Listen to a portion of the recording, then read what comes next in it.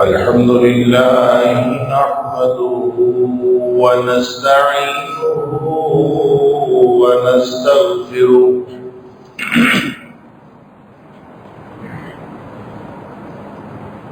ونعوذ بالله من شرور أنفسنا ومن سيئات أعمالنا من يهده الله فلا مضل له ومن يضلل فلا هادي له وأشهد أن لا إله إلا الله وحده لا شريك له وأشهد أن محمدا عبده ورسوله صلى الله عليه وسلم أرسله بالحق بشيرا ونذيرا بين يدي الساعة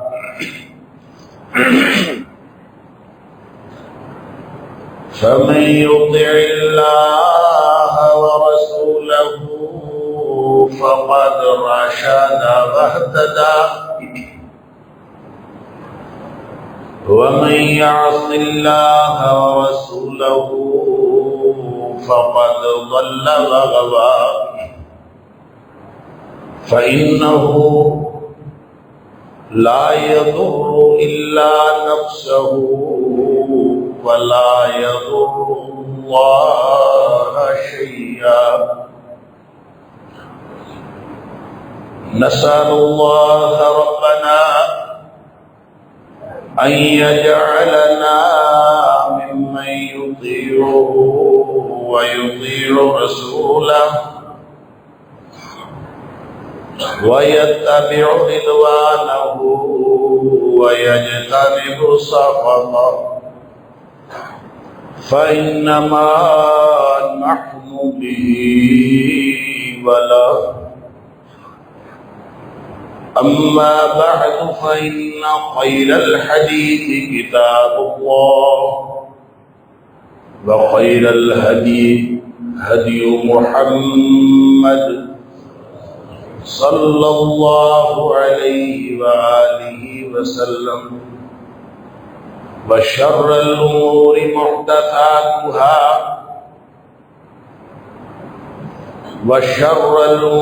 محدثاتها وكل محدثة بدعة وكل بدعة ضلالة وكل ضلالة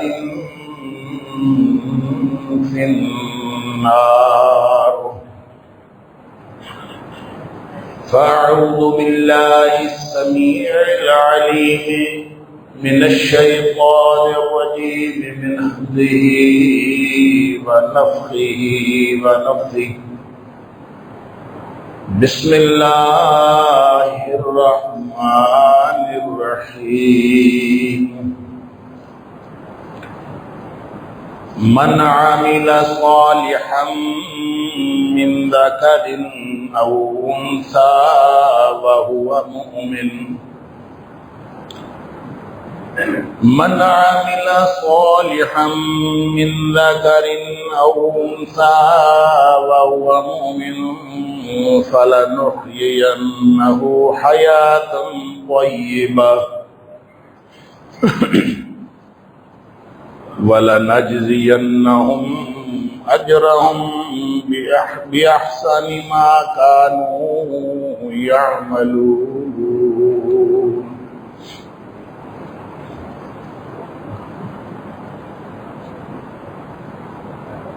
جو کوئی بھی ایک عمل کرے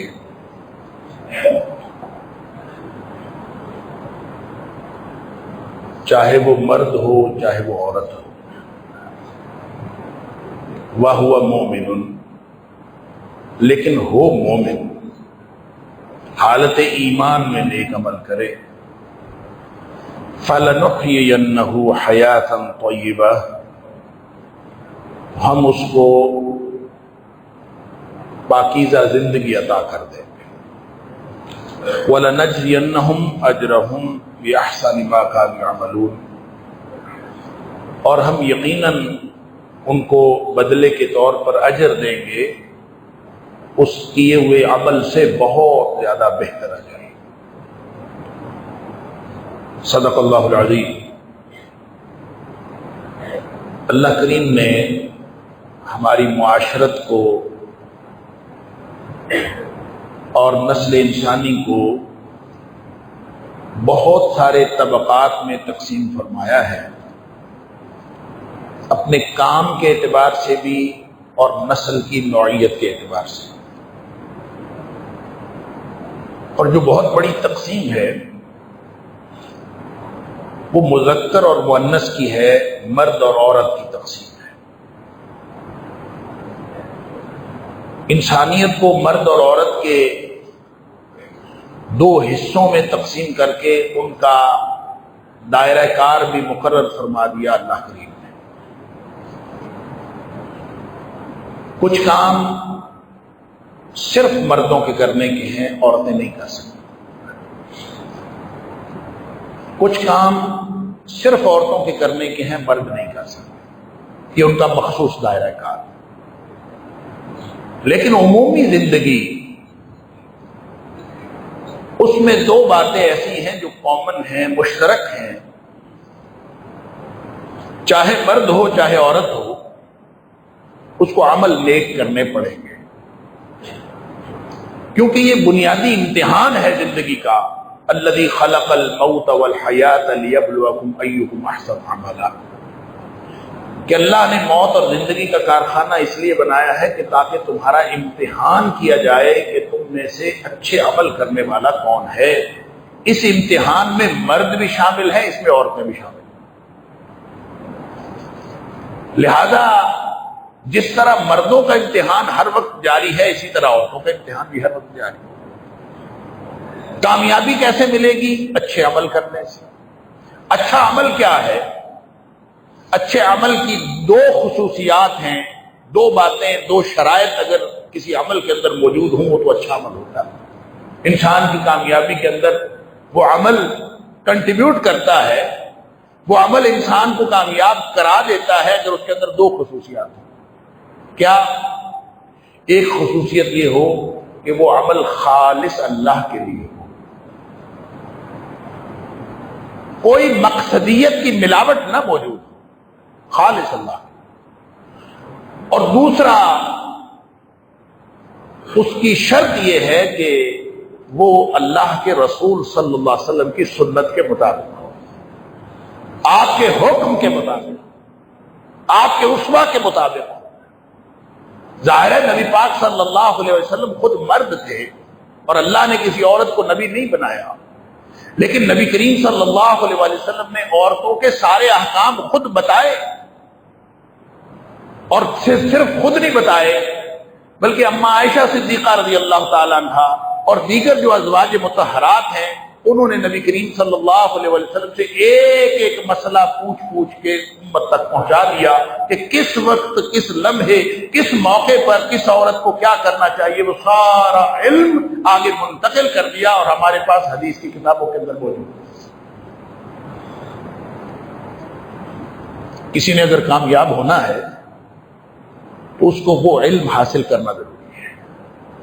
لہذا یوں کہہ لیجئے کہ مخصوص دائرہ کار جو اللہ نے مرد کا الگ رکھا، عورت کا الگ رکھا، اس مخصوص دائرہ کار کے باوجود دو باتیں ایسی ہیں جس میں بطور انسان ہر مرد اور عورت اس کے اندر شامل ہیں۔ ایک علم ہے، ایک عمل ہے، کیونکہ عمل اسی وقت ہو سکتا ہے جب اس کے پاس علم ہوگا۔ اچھا عمل اگر کسی نے کرنا اس کو یہ معلوم ہی نہیں ہے کہ اچھا عمل کیسے ہو سکتا ہے، یا اگر وہ نبی کریم صلی اللہ علیہ وسلم کی سنت کا علم نہیں رکھتا یا علم نہیں رکھتی تو اس کو کیسے پتا چلے گا کہ میں اچھا عمل کیسے کروں؟ لہذا علم حاصل کرنا، جو شخص علم حاصل کرتا ہے، جو مرد علم حاصل کرتا ہے، جو عورت علم حاصل کرتی ہے، اسی کو توفیق ہوتی ہے کہ اس علم کی بنیاد پر وہ اچھا عمل سر انجام دے۔ لہذا علم اور عمل کا دائرہ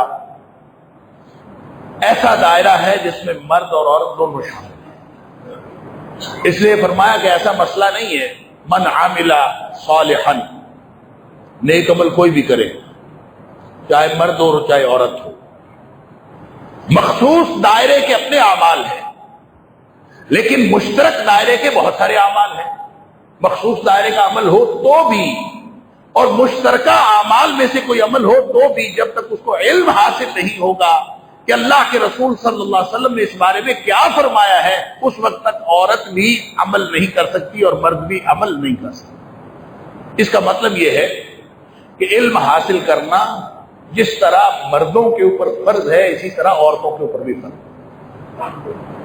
طلب العلم فریضۃ علی کل مسلم، علم حاصل کرنا فرض ہے۔ العلم جو اللہ نے قرآن، وحی، نبی پاک صلی اللہ علیہ وسلم کی دی ہوئی شریعت، اس کا وہ جو علم ہے وہ حاصل کرنا ہر مسلمان پر فرض ہے۔ اور جب المسلم کہا جاتا ہے نا، علی کل مسلم، ہر مسلمان، اس میں مرد بھی شامل ہے، اس میں عورت بھی شامل ہے۔ ہم نے بعض لوگوں کو شاید یہ غلط فہمی ہوئی کہ مسلم کے اندر عورت شامل نہیں ہے، لہذا بعض لوگوں نے یہاں حدیث میں اضافہ کرنے کی کوشش بھی کی، علی کل مسلم و مسلمہ، مسلمان مرد اور مسلمان عورت دونوں کا فرض۔ حالانکہ مسلم کے لفظ کے اندر مرد اور عورت دونوں شامل ہیں، کہ وہ جب تک علم حاصل نہیں کریں گے اس وقت تک وہ دین کے اوپر عمل کیسے کریں گے؟ لہذا علم حاصل کرنا اسی طرح عورت کے اوپر بھی فرض ہے جس طرح مرد کے اوپر فرض ہے۔ دائرہ کار مخصوص ہے، عورت کا دائرہ کار الگ ہے، مرد کا دائرہ کار الگ ہے۔ پوری دنیا، گلیاں، بازار، مارکیٹیں، جہاد کے میدان، یہ سارا کا سارا دائرہ کار مرد کا ہے۔ عورت کا دائرہ کار اس کا گھر ہے۔ وَقَرْنَ فِي بُيُوتِكُنَّ، عورتیں اپنے گھروں کے اندر ٹکی بیٹھی رہیں اور وہ اس سے باہر نہ نکلیں، اور ضرورت کے بغیر اس سے باہر نہ نکلیں۔ اگر ضرورت ہو تو بالکل نکل سکتے۔ یہ جو ضرورت ہے اس کے لیے ہم نے اس کو ڈیفائن کیا، ہم نے اس کی تعریف کی، ہم نے اس کو سمجھا کہ ضرورت یہ ہے کہ سبزی لانی ہو تو مارکیٹ چلی جائے، یہ ضرورت ہے۔ ہم نے یہ سمجھا کہ ضرورت یہ ہے کہ اگر اس نے کپڑے خریدنے ہیں تو مارکیٹ چلی جائے، اپنے اس نے جو کاسمیٹکس کی چیزیں خریدنی ہے تو وہ مارکیٹ چلی جائے، خریداری کرنے کے لیے بازاروں میں جائے، فنکشن ہو تو اس فنکشن کے اندر اچھے سونے کپڑے پہن کے پوری دنیا کو دکھانے کے لیے باہر نکل جائے۔ ہم نے ان چیزوں کو ضرورت سمجھا اور کبھی یہ نہیں سمجھا کہ اصل ضرورت تو علم حاصل کرنی۔ اگر وہ علم حاصل نہیں کرے گی تو وہ اچھے عمل کیسے کرے گی؟ لہذا مسکنسپشن، دین کے اندر مغالطے بڑھتے بڑھتے اس قدر بڑھ گئے کہ جہاں عورت کو گھر میں ٹکے بیٹھا رہنا چاہیے تھا وہاں تو ہم نے اس کو باہر نکال دیا، اور جہاں عورت کو باہر نکلنا چاہیے تھا وہاں ہم نے کہا اس کو گھر ٹکا بیٹھا رہنا چاہیے۔ کوئی مولوی آج فتویٰ نہیں دیتا کہ عورت بازاروں میں نہ جائے، کوئی فتویٰ نہیں دیتا کہ مارکیٹوں میں نہ گھومے، گلیوں بازاروں میں اور پھر ننگے سر گھومتی پھرتی ہے، کوئی فتویٰ نہیں دیتا ان کے اوپر، اس لیے کہ اس کو وقت کی ضرورت شاید قرار دیا گیا ہے، شاید ہم اس برائی کے ساتھ کمفرٹیبل ہو گئے ہیں۔ اس وقت ہم کو یہ یاد نہیں آتا کہ وَقَرْنَ فِي بُيُوتِكُنَّ، کہ ان کو گھر ٹکے بیٹھا رہنا چاہیے۔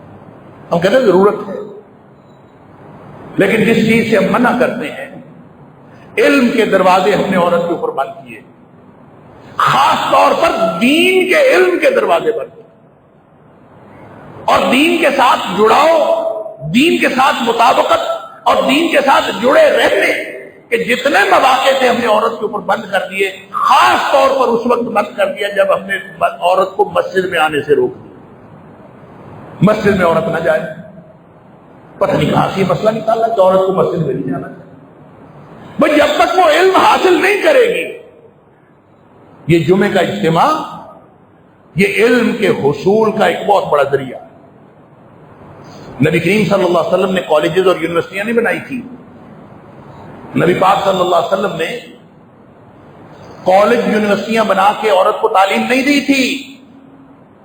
نبی پاک صلی اللہ علیہ وسلم خطبہ ارشاد فرماتے تھے، اس میں مردوں کے لیے بھی تعلیمات ہوتی تھی، عورتوں کے لیے بھی تعلیمات ہوتی تھی.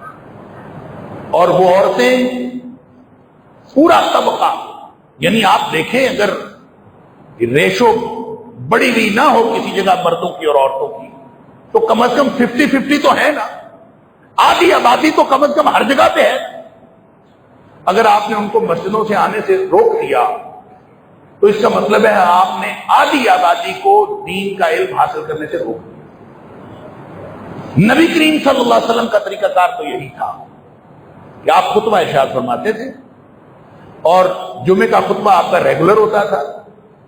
اس کے علاوہ نبی کریم صلی اللہ علیہ وسلم کے خطبات ریگولر نہیں ہوتے تھے. ایسا نہیں ہوتا تھا کہ آپ لوگوں کو اکٹھا کریں، بٹھائیں اور جلسہ کریں کہ جناب میں آج تقریر کرنے لگا ہوں، سارے جمع ہو جو. ایسا نہیں ہوتا. وقتاً فوقتاً نبی پاک صلی اللہ علیہ وسلم اجتماع کرتے تھے. بہت ضروری بات ہوتی تھی تو آپ لوگوں کو اکٹھا کرتے تھے، وگرنہ یہ جمعے کا اجتماع جو ہے لازمی اجتماع ہوتا. اور اس میں خواتین بھی آتی تھی، مرد بھی آتے تھے. اس میں نبی پاک صلی اللہ علیہ وسلم تعلیم دیا کرتے تھے.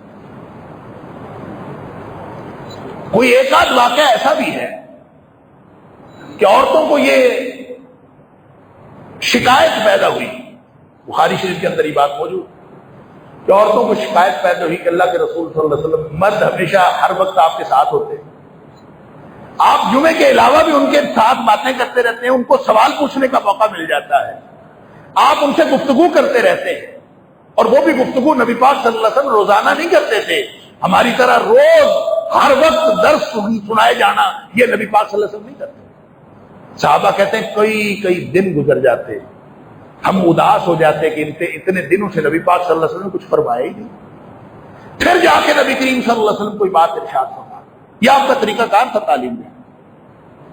جب تک تعلیم کی طلب پیدا نہ ہو اس وقت تک تعلیم کی ایکسیپٹیبلٹی، قبولیت پیدا نہیں ہوتی.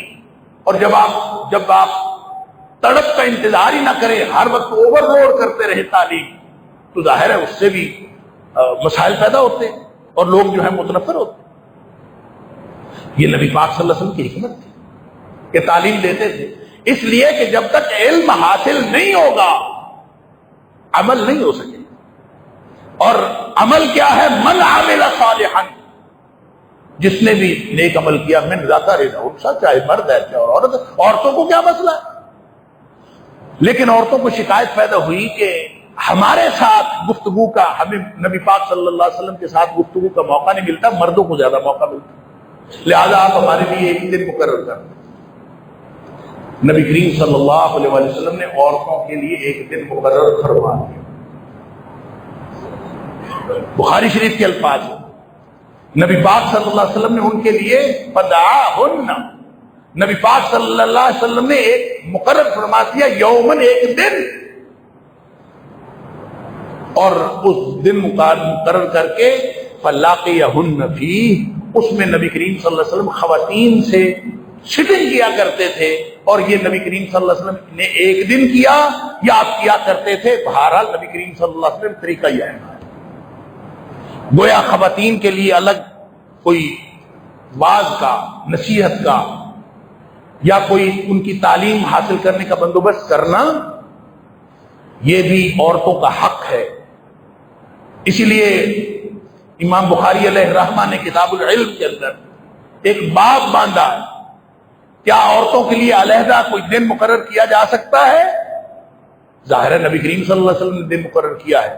اب تو شکر ہے اللہ کا کہ ایسی خواتین عالمات پیدا ہو گئی ہیں کہ مردوں کو ضرورت نہیں پڑتی بالعموم کہ عورتوں کو تعلیم دیں. عورتیں عورتوں کو تعلیم دینے کے لیے کافی ہیں، اور مختلف جگہوں پہ مختلف پروگرام چل رہے ہوتے ہیں عورتوں کی تعلیم کے.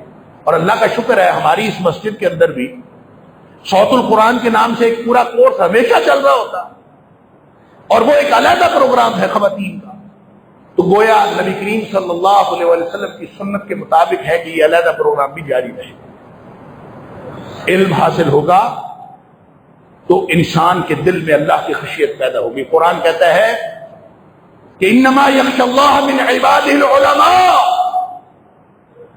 اللہ سے علماء ڈرتے، علم آئے گا تو دل میں اللہ کی خشیت پیدا ہوگی۔ اس کی وجہ یہ ہے کہ خشیت کا مطلب ہوتا ہے عظمت کا رعب۔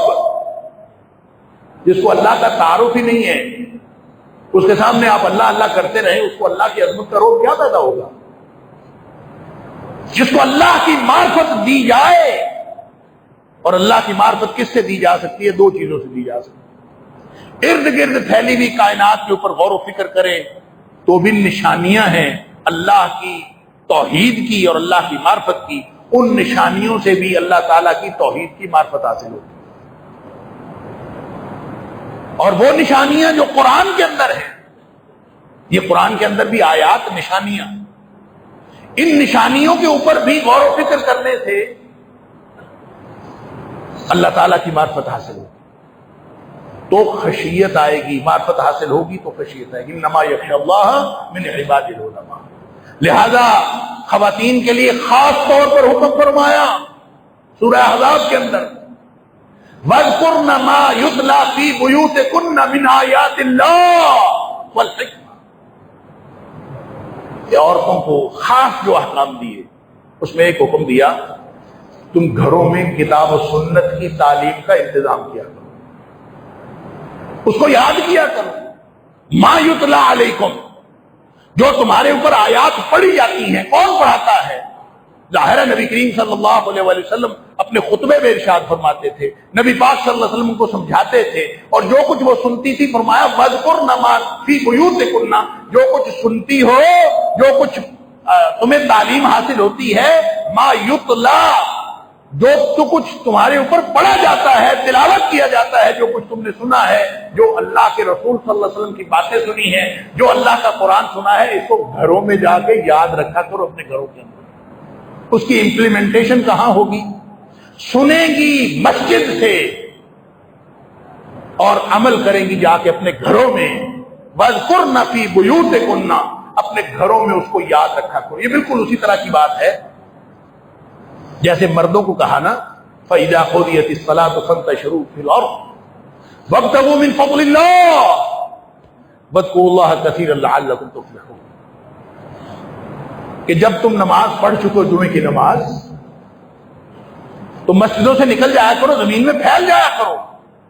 فَانتَشِرُوا فِي الْأَرْضِ، مرد کا دائرہ کار گلیاں بازار ہے، گھومو پھرو، اپنی منڈیوں میں چلے جاؤ، بازاروں میں چلے جاؤ، نوکریوں کی جگہ پہ چلے جاؤ، چلے جاؤ، نماز تو پڑھو مسجد میں، اس کے بعد چلے جاؤ، لیکن اور جا کے رزق تلاش کرو، اس لیے کہ رزق تلاش کرنا مرد کی ذمہ داری ہے۔ ساتھ فرمایا وَاذْكُرُوا اللَّهَ كَثِيرًا لَعَلَّكُمْ تُفْلِحُونَ، لیکن جہاں بھی بیٹھو، اپنی پھڑی پہ بیٹھو، اپنے دکان کے کاؤنٹر پہ بیٹھو، اپنے آفس کی کرسی پہ بیٹھو، جہاں بھی بیٹھو، وَاذْكُرُوا اللَّهَ كَثِيرًا لَعَلَّكُمْ تُفْلِحُونَ، وہاں بیٹھ کے اپنے اللہ کو یاد رکھنا ہے تاکہ تم کامیاب ہو جاؤ۔ وہی بات عورتوں کو فرمائی وَاذْكُرْنَ فِي بُيُوتِكُنَّ، تمہارا دائرہ کار گھر ہے، جو علم تم پڑھتی ہو، جو باتیں تم نبی کریم صلی اللہ علیہ وسلم سے سنتی ہو، وہ اپنے گھر جا کے اس کے اوپر عمل کرو، عمل بھی کرو، اس کو یاد رکھو۔ وَاذْكُرْنَ، اس کو یاد رکھو، جیسے مردوں کو کہا کہ تم نے اپنے اپنے کام کی جگہ پہ اس کو یاد رکھنا ہے، عورتوں کو کہا کہ تم اپنے کام کی جگہ پہ اس کو یاد رکھو۔ جس طرح مرد ذمہ دار ہے اپنے پورے گھر کا، کلکم راع وکلکم مسئول عن رعیتہ، تم میں سے ہر شخص ذمہ دار ہے، نگہبان ہے، اور اس کی نگہبانی، اس کی راج جہانی کے بارے میں، اس کی رعیت کے بارے میں اس سے سوال ہوگا قیامت پر۔ اس میں نبی پاک صلی اللہ علیہ وسلم نے فرمایا آدمی مرد جو ہے وَالرَّجُلُ رَاعٍ فِي بَيْتِهِ، گھر کا، پورے گھر کا سربراہ مرد ہے، اور وَهُوَ مَسْئُولٌ عَن رَعِيَّتِهِ، پورے گھر کے بارے میں سوال اس سے ہوگا۔ وَالْمَرْأَةُ رَاعِيَةٌ فِي بَيْتِ زَوْجِهَا، عورت جو ہے وہ اپنے شوہر کے گھر کی ملکہ ہے، اس کی ذمہ دار وہ ہے، وَهِيَ مَسْئُولَةٌ عَنْهَا، اس کے بارے میں اس سے سوال پوچھا جائے گا قیامت والے دن کہ تم نے گھر میں کیا کیا اور گھر میں کرنا کیا ہے۔ وَاذْكُرْنَ فِي بُيُوتِكُنَّ مَا يُتْلَى، من آیات اللہ ما یتلا علیکم من آیات اللہ والحکمہ، جو اللہ کی آیتیں اور حکمت سے مراد عام طور پر جہاں کتاب اور حکمت کی بات کی جاتی ہے، حکمت سے مراد نبی پاک صلی اللہ علیہ وسلم کی دی ہوئی شریعت، لہذا اس کو گھروں میں یاد رکھو، گھروں میں اس کا اہتمام کیا کرو۔ اور خواتین اگر گھروں میں جو سنا ہے اس پر عمل شروع کر دیں، جو پڑھا ہے اس پر عمل شروع کر دیں، اور جو پڑھتی رہتی ہیں اور جو یاد دہانی یادداشت ہوتی رہتی ہے۔ یہ جمعے کا اجتماع کیا ہے؟ جمعے کا اجتماع یہ علم بھی ہے، یہ تزکیہ نفس بھی ہے۔ اگر جمعہ پڑھ کے جب آپ اٹھتے ہیں، جمعے کا خطبہ سن کے جب اٹھتے ہیں اور آپ کے دلی اور دماغی کیفیت کے اوپر کوئی اثر نہیں ہوا، تو اس کا مطلب ہے کہ جمعہ تو آپ نے ضائع کیا۔ جمعے سے پہلے اور جمعے کے بعد آپ کی کیفیتوں کے اندر فرق نہیں پڑا، تو پڑھانے والے نے بھی وقت ضائع کیا اور پڑھنے والے نے بھی وقت ضائع کیا۔ جب نبی پاک صلی اللہ علیہ وسلم جمعہ پڑھاتے تھے تو صحابہ کرام یوں بیٹھے ہوتے تھے بے حس و حرکت، کہ صحابی کہتا ہے ایسے بیٹھتے تھے ہم جیسے ہمارے سروں پر پرندے بیٹھے ہوئے ہیں اور ہم ذرا سا ہلے تو وہ پرندے اڑ جائیں۔ اس طرح خطبہ نبی کریم صلی اللہ علیہ وسلم کا سنا جاتا تھا، اور وہ صرف مرد نہیں سنتے تھے، اس میں عورتیں بھی سنتے تھے۔ اللہ اکبر، خواتین بھی مسجد میں آتی تھی اور وہ آ کے عورتیں بھی سنتی، مرد بھی سنتے نبی کریم صلی اللہ علیہ وسلم کی بات۔ بس فرق اتنا ہے کہ عورتیں پیچھے ہوں، مرد آگے ہوں۔ یہ تو اللہ کا شکر ہے، اب انتظامات بہت شاندار ہو گئے، عورتوں کے جو نماز پڑھنے کی جگہ الگ بن گئی، اس وقت تو ایسا نہیں تھا، لہذا نبی کریم صلی اللہ علیہ وسلم نے قانون بنا دیا کہ مردوں کی جو بہترین خیر و صفوف الرجال، بہترین جو صف ہے مردوں کی، اولھا، وہ پہلی صف ہے۔ مرد اگر پہلی صف میں ہوں گے تو یہ بہترین صف ہے۔ وشرھا آخرھا، اور مردوں کی سب سے بری صف آخری صف۔ خیر صفوف الرجال اولھا، بہترین صف اگلی ہے، مرد آگے بیٹھے۔ وشرھا آخرھا، اور جو کوئی آخری صف میں بیٹھتا ہے یہ بدترین صف ہے، کیٹیگرائزیشن کرنا۔ لہذا سب سے اچھی اگلی صف ہے تو سب سے بری پچھلی صف ہے، تو درمیان میں وہی کیٹیگری آپ سمجھ لیں کہ جو اس سے پچھلی، پھر اس سے پچھلی، پھر اس سے پچھلی، جو آخری صف ہوگا سب سے بری صف۔ لیکن عورتوں کے بارے میں فرمایا جو عورتوں کی صف ہے، خیر صفوف النساء آخرھا، عورتوں کی بہترین صف یہ ہے کہ وہ مردوں کے سب سے پیچھے ہو، آخری صف۔ جتنے وہ آخری صف میں ہوں گی ان کی صف بہترین۔ لہذا وہ اس وقت مسجد کے اندر انتظامات ایسے نہیں ہوتے تھے، سامنے صفوں میں بیٹھتی، پھر ہم انتظامات ہو گئے، اب عورتیں ماشاءاللہ الگ بیٹھتی ہیں، تو خیر صفوف النساء آخرھا، جتنی وہ مردوں سے دور ہوں گی، آخری صف میں ہوں گی، وہ بہترین۔ وشرھا اولھا، عورت اگر بھاگ بھاگ کر مردوں کی قریب صف میں جائے تو یہ بدترین صف، پچھلی صف میں بیٹھے گی تو وہ زیادہ بہتر۔ یہ صفیں کہاں تھی؟ مسلم شریف کی حدیث ہے۔ یہ صفیں کہاں بنتی تھی؟ عورتیں گھروں میں نماز پڑھتی تھی تو بنتی تھی۔ صحابیات اگر گھروں میں نمازیں پڑھتی رہتی ساری زندگی، ان کو علم کہاں سے حاصل ہوتا؟ ان کو جو علم حاصل ہوا وہ پھر ہم تک کیسے پہنچتا؟ اما عائشہ صدیقہ رضی اللہ تعالی عنہا، سبحان اللہ، کون سا مسئلہ ہے جس کے بارے میں اما عائشہ صدیقہ رضی اللہ تعالی عنہا نے امت کی رہنمائی بھی فرمائی، اور یہ نبی پاک صلی اللہ علیہ وسلم سے مسئلے سن سن کے وہ آگے پہنچاتی گئی۔ اور دیگر صحابیات، ایک صحابیہ ام حشام بنت حارثہ بن نعمان غالباً رضی اللہ تعالی عنہا، وہ فرماتی ہیں کہ میں نبی کریم صلی اللہ علیہ وسلم ان دنوں خطبے میں سورہ قاف پڑھا کرتے تھے، تو نبی کریم صلی اللہ علیہ وسلم خطبے میں منبر پر جمعے کے خطبے میں سورہ قاف والقرآن مجید پڑھتے تھے، تو فرماتی ہیں کہ میں نے نبی کریم صلی اللہ علیہ وسلم سے سن سن کر یاد کر لی۔ پوری صورت یاد کر لی، اندازہ فرما لیں کہ کس قدر باقاعدگی سے وہ آتی تھی اور کس طرح ان کا نبی کریم صلی اللہ علیہ وسلم کے خطبے کے ساتھ انٹریکشن ہوتا تھا اور کتنی دلچسپی ہوتی تھی کہ وہ سن کے وہ کہتی میں نے یاد کر۔ پھر نبی کریم صلی اللہ علیہ وسلم فرماتے ہیں کہ میں بعض اوقات نماز کو لمبی کرنا چاہتا ہوں، بخاری شریف کی حدیث۔ نبی پاک صلی اللہ علیہ وسلم فرماتے ہیں میں بعض اوقات نماز کو لمبی کرنا چاہتا ہوں لیکن پیچھے سے کسی بچے کی آواز آ جاتی ہے، بچے کے رونے کی آواز آ جاتی ہے، مجھے خیال آتا ہے۔ کون کہہ رہا ہے؟ نبی پاک صلی اللہ علیہ وسلم۔ وہ فرماتے ہیں کہ بچے کے رونے کی آواز آتی ہے، مجھے خیال آتا ہے کہ اس کی والدہ کو کتنی تکلیف ہو رہی ہوگی۔ والدہ کہاں ہے؟ پچھلی صف میں نماز پڑھ رہی ہے۔ اللہ اکبر! ہم نے کیا بنا دیا؟ گلیاں بازار وہ الاؤڈ ہے خواتین جائیں، نہیں اجازت تو مسجدوں میں اجازت نہیں، باقی جہاں مرضی جائیں۔ وہ کہتے ضرورت ہے تو یہ ایک مسجد ہی رہ گئی ہے جہاں کوئی ضرورت نہیں تھی جانے کی، جو یاد دہانی ہونی تھی، جو تذکیر ہونی تھی، ہر ہفتے جو ایمان تازہ ہونا تھا، جو تزکیہ نفس ہونا تھا، جو علم کا حصول ہونا تھا، جس نے عمل کے اندر کنٹریبیوٹ کرنا تھا، ہم نے وہ خواتین کو چھوڑ دیا اور پورا آدھی آبادی۔ آپ ایک مرد کی تربیت کرتے ہیں نا تو آپ ایک فرد کی تربیت کرتے ہیں، اور جب آپ ایک عورت کی تربیت کرتے ہیں نا تو آپ ایک خاندان کی تربیت کرتے ہیں۔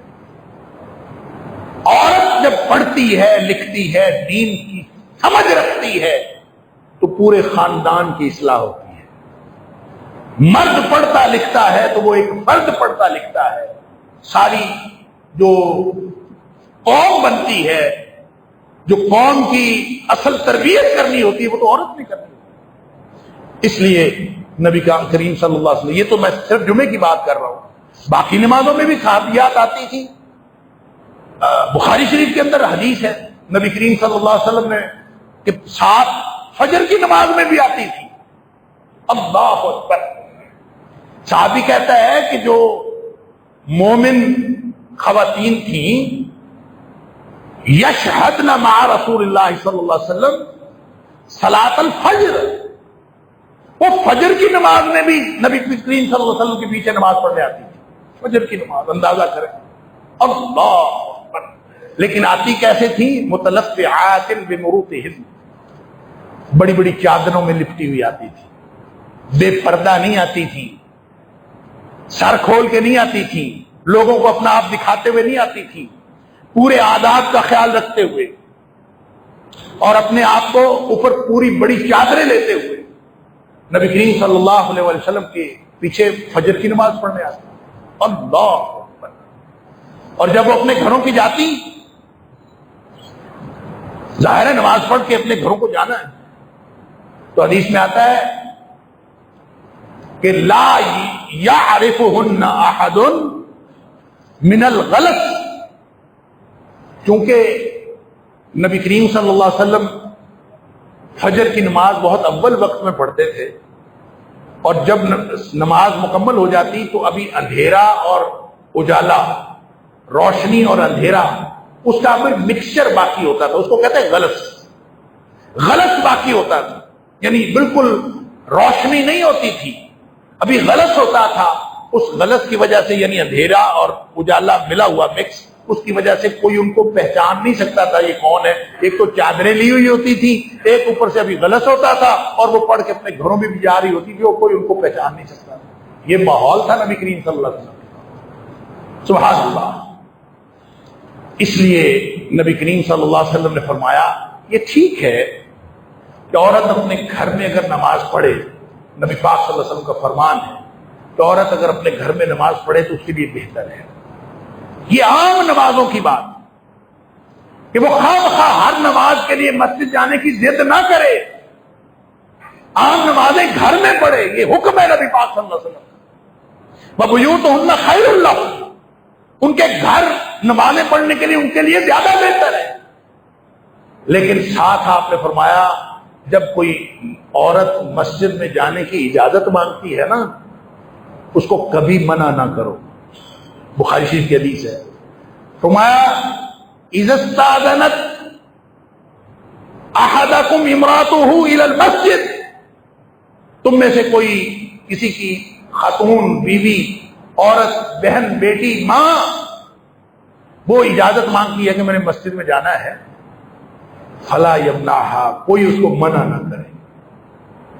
اور پھر ایک حدیث میں آیا، فرمایا لا تمنعوا اماء اللہ مساجد اللہ. یہ اللہ کی باندیاں یہ گھروں میں بیٹھی ہیں، یہ مسجد میں جب جانے کی تمنا رکھتی ہیں تو ان کو وہاں جانے سے نہ روکو.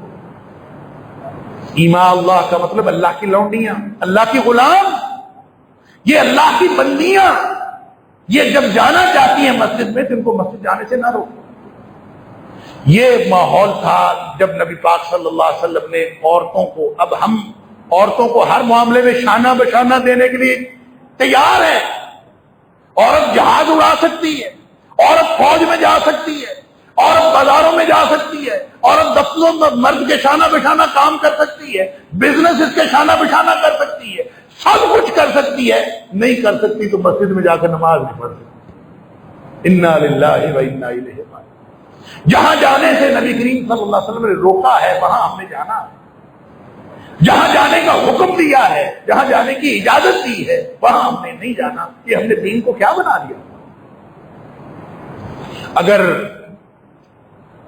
نبی کریم صلی اللہ علیہ وسلم کے حکم کے مطابق اور قرآن کی دی ہوئی شریعت کے مطابق عورتوں کو جو ان کا جائز حق ہے علم حاصل کرنے کا، وہ اگر نہیں دیا جائے گا تو اس کا نتیجہ کیا ہوگا؟